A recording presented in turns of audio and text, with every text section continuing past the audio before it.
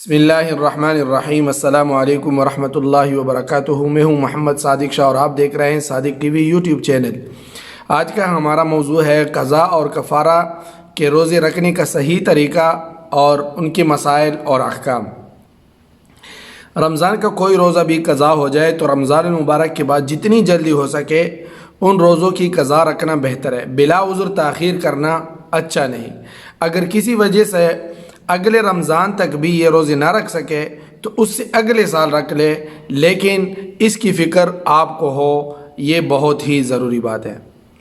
مسئلہ ہے کہ رمضان المبارک کا کوئی بھی روزہ بغیر عذر کے نہ رکھنا گناہ کبیرہ ہے۔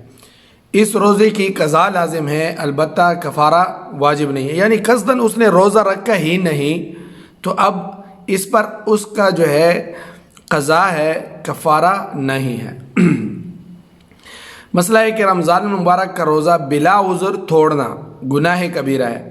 اس روزے کی قضا بھی لازم ہے اور کفارہ بھی، البتہ رمضان کے علاوہ دیگر ایام، دیگر دنوں کے روزے توڑ دینے سے صرف قضا لازم ہوتی ہے، کفارہ نہیں۔ کسی نے نفلی روزہ رکھا عام دنوں میں اور اس نے پھر اس کو قصداً توڑ دیا تو اس روزے کی قضا اس پر لازم ہے، چاہے وہ نفلی ہی کیوں نہ ہو، کیونکہ اس نے خود اپنے اوپر اس کو واجب کر لیا تو اب اس کو توڑ دیا تو اس کی قضا اس پر لازم ہے، کفارہ نہیں ہے۔ یہ نفلی روزے کی بات ہے۔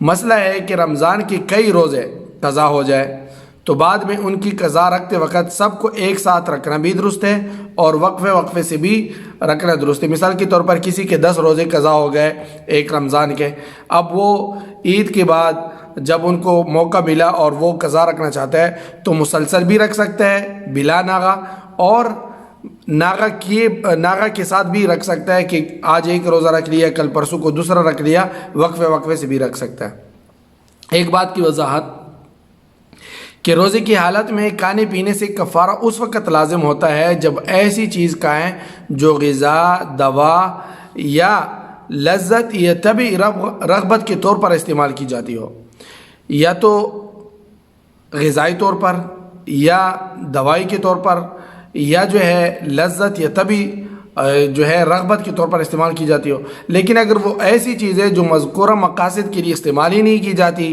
جیسے کسی نے جان بوجھ کر کوئی تنکا یا کاغذ کا ٹکڑا یا اس جیسے کوئی اور چیز نگل لی تو اس سے صرف قضا لازم ہوتی ہے، کفارہ نہیں۔ اچھا، اب کرتے ہیں روزے کی کفارے کے بارے میں۔ روزے کا کفارہ یہ ہے کہ 2 مہینے مسلسل روزے رکھے ہیں۔ اگر درمیان میں کسی دن کسی بھی وجہ سے روزہ نہ رکھا تو دوبارہ شروع سے روزے رکھنے ہوں گے۔ مثال کے طور پر اس نے 50 روزے رکھے تھے مسلسل، لیکن درمیان میں کسی وجہ سے اس نے روزہ نہ رکھ سکا تو پھر اس کو دوبارہ جو ہے شروع سے رکھنے پڑیں گے۔ اسی طرح اگر کسی عورت کے بچے کی ولادت کے بعد جو خون آتا ہے نفاس کا، تو وہ بھی پاک ہو جانے کے بعد دوبارہ شروع سے روزے رکھے گی۔ ایک عورت روزے رکھ رہی تھی لیکن ان کے ہاں اچانک ولادت ہوئی اور درمیان میں کچھ روزے جو ہے باقی رہ رہے تھے، تو اب اس عورت کو خون رک جانے کے بعد اور پاک ہو جانے کے بعد وہ پھر شروع سے رکھنا جو ہے رکھنا پڑے گا ان کو۔ لیکن اگر ان ایام میں کسی خاتون کو ماہواری یعنی حیض آ جائے تو اس سے کفارے پر اثر نہیں پڑتا، بلکہ ماہواری کے دنوں کو شمار کیے بغیر 2 ماہ کے روزے پورے کر دیں۔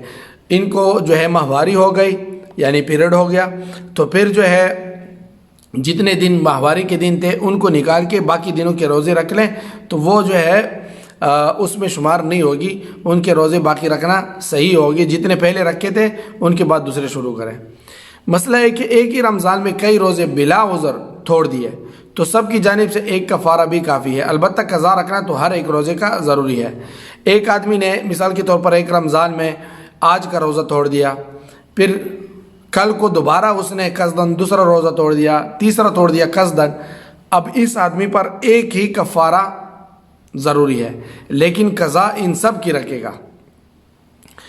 مسئلہ ہے کفارے کے یہ 2 مہینے کے روزہ اگر اسلامی مہینے کی پہلی تاریخ سے شروع کرنے ہوں، یکم سے، یعنی اسلامی مہینہ شروع ہونے والا ہے ان کے یکم سے جو ہے انہوں نے قضا کفارے کی جو ہے روزے رکھنے شروع کر دیے، تو اس صورت میں مہینوں کا اعتبار ہوگا کہ 2 اسلامی مہینے ہی روزے رکھنے ہوں گے، بھلے وہ 60 دن سے کم ہو، یعنی کوئی مہینہ 28 کا یا 29 کا ہو سکتا ہے، تو اسلامی مہینے کی یکم سے اگر وہ شروع کرتی ہے یا کرتا ہے تو پھر جو ہے ان کو کیا کرنا پڑے گا، 2 مہینے کے ہی روزے رکھ لیں، اور چاہے وہ کم ہو یا زیادہ ہو جائے تو وہ مہینوں کے اعتبار ہوگا۔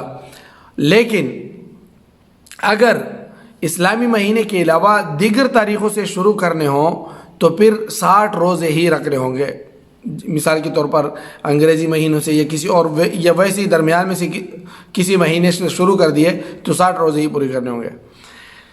اچھا مسئلہ ہے، اگر کوئی شخص ایسا شدید مریض ہے یا اسے کوئی ایسی سنگین عذر لاحق ہے کہ وہ کفارے کے 2 ماہ کے روزے نہیں رکھ سکتا، تو ایسا شخص 60 زکوٰۃ کے مستحق افراد میں سے ہر ایک کو ایک صدقہ فطر کے برابر رقم دے دے۔ ایک مستحق کے زکوٰۃ کو 60 دن دے دے یا 60 مستحقین زکوٰۃ کو ایک ہی دن دے دے، دونوں درست ہے۔